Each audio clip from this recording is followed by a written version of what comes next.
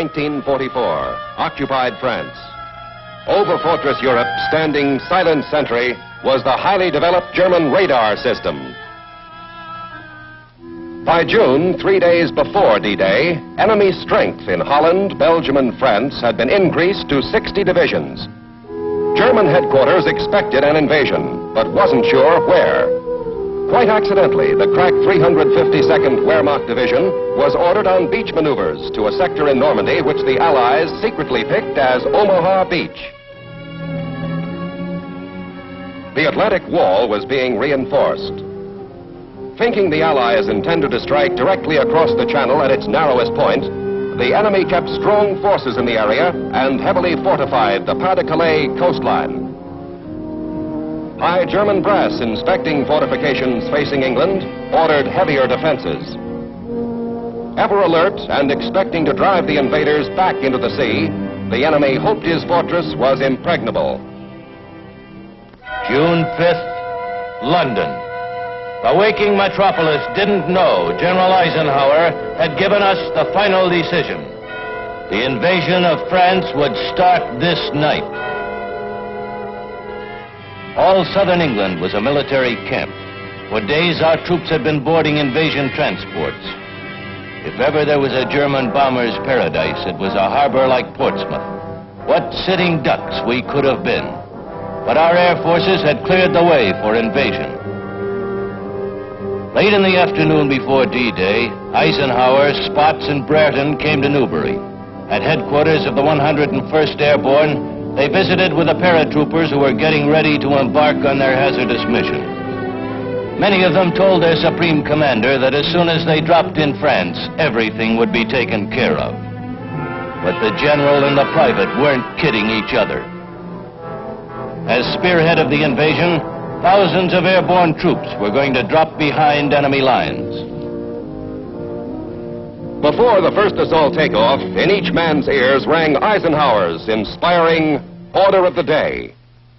Soldiers, sailors, and airmen of the Allied Expeditionary Force, you are about to embark upon the great crusade toward which we have striven these many months. The eyes of the world are upon you. Your task will not be an easy one. Your enemy is well trained, well equipped, and battle hardened. He will fight savagely. But this is the year 1944. The United Nations have inflicted upon the Germans great defeats.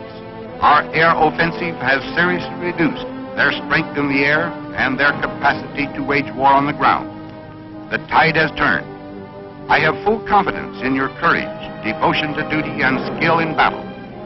We will accept nothing less than full victory.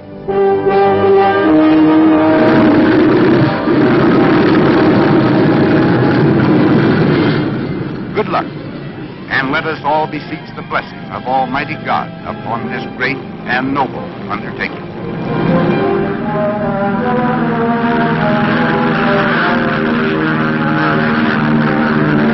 This was really it.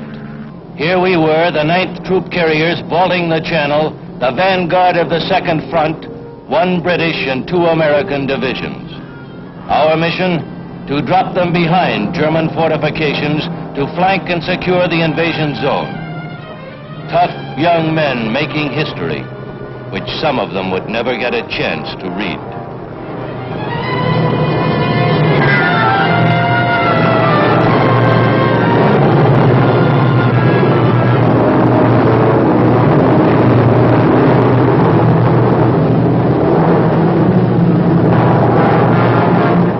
Historic France, with memories of ancient invaders, was being invaded again. This time, airplanes had ferried hosts of Allied warriors to the Normandy battleground.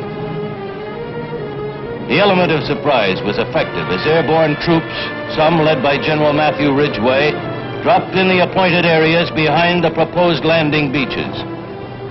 Now the battle to control the gateway to France. Men we had delivered from the skies were launching the liberation of Europe.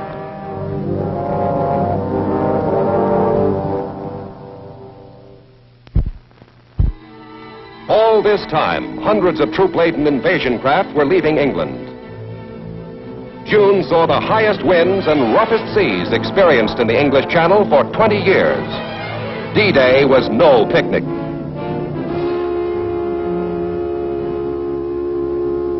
At busy airfields ranging from Devon to Lincolnshire, we marked our aircraft with D-Day stripes and loaded them with reinforcements.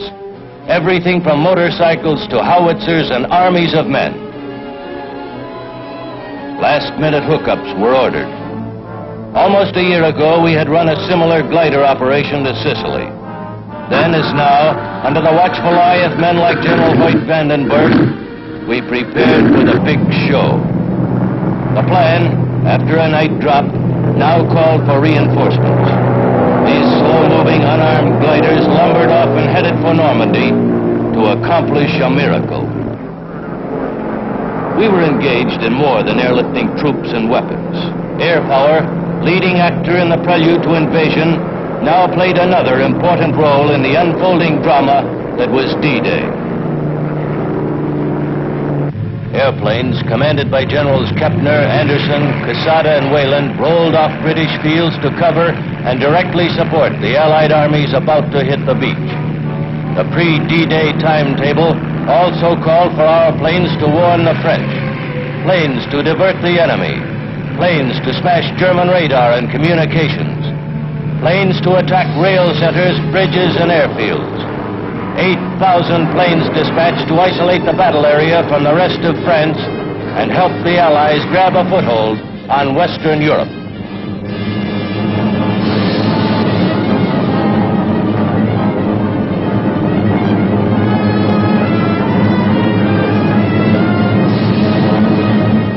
As we left England, all of us felt the high drama of armies of men joined in the historic flight across the Channel. Bearing witness to the mighty spectacle were the Allied seaborne forces escorting the U.S. First Army and the British Second Army for the great assault. The invasion schedule now called for a tremendous naval overture.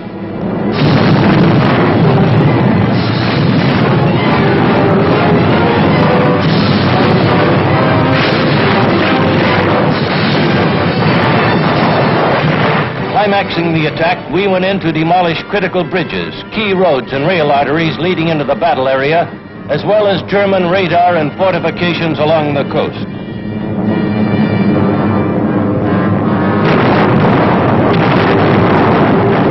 By D-Day, 74 tunnels and bridges leading to Normandy were put out of business.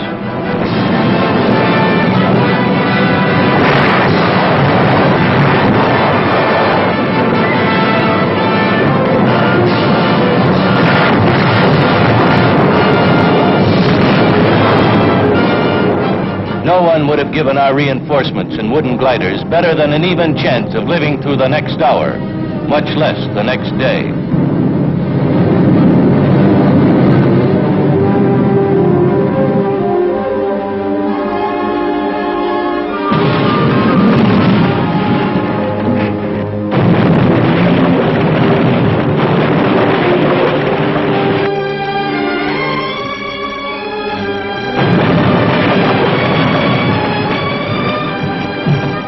They were wrong. We had a lot in our favor.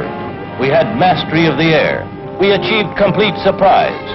And we had guys with guts and faith in freedom on our side.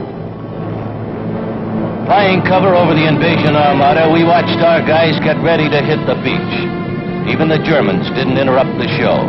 No U-boats, practically no Luftwaffe. Freedom was on the march. Not realizing the extent of the force opposing them, the Germans tried to stop the invasion.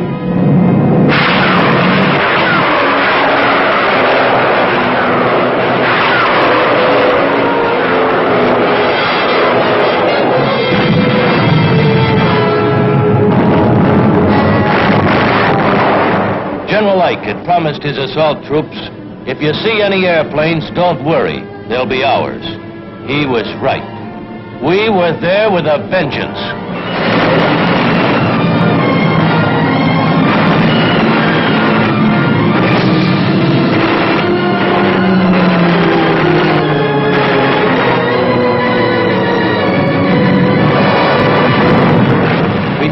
right angles to the British assault points in the American beaches we called Omaha and Utah.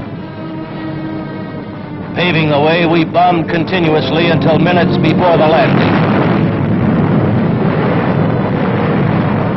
Then, racing toward the beach, the assault force opened up.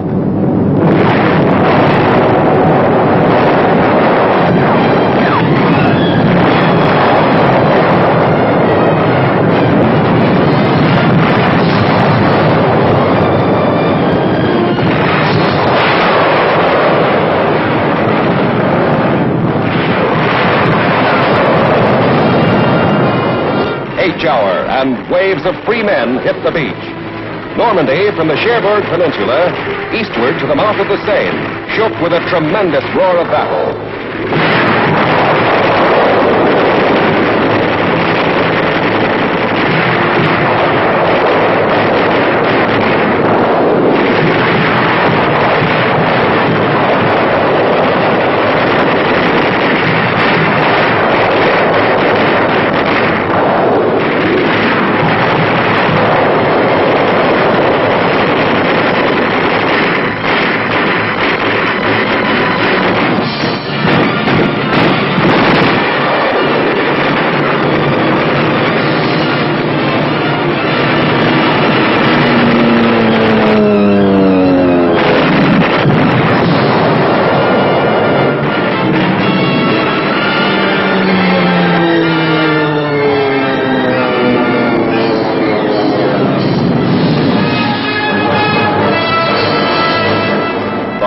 Crust of the German west wall was broken. The landing stuck. Unceasingly, the Allies poured men and materiel into the flame-swept rim of France. Try as he would, the enemy could not push the Allies into the sea. Our planes hunted the German Air Force. Where were they? The crippled Luftwaffe had been pulled back to defend their fatherland. Protected by Allied air power, the road to final victory was open. That moment in history, called D-Day, will never die. It spelled life to those who were enslaved, a time of greatness to those who battled, a lesson to would-be aggressors. D-Day, climax of many forces, was spearheaded by the United States Air Force.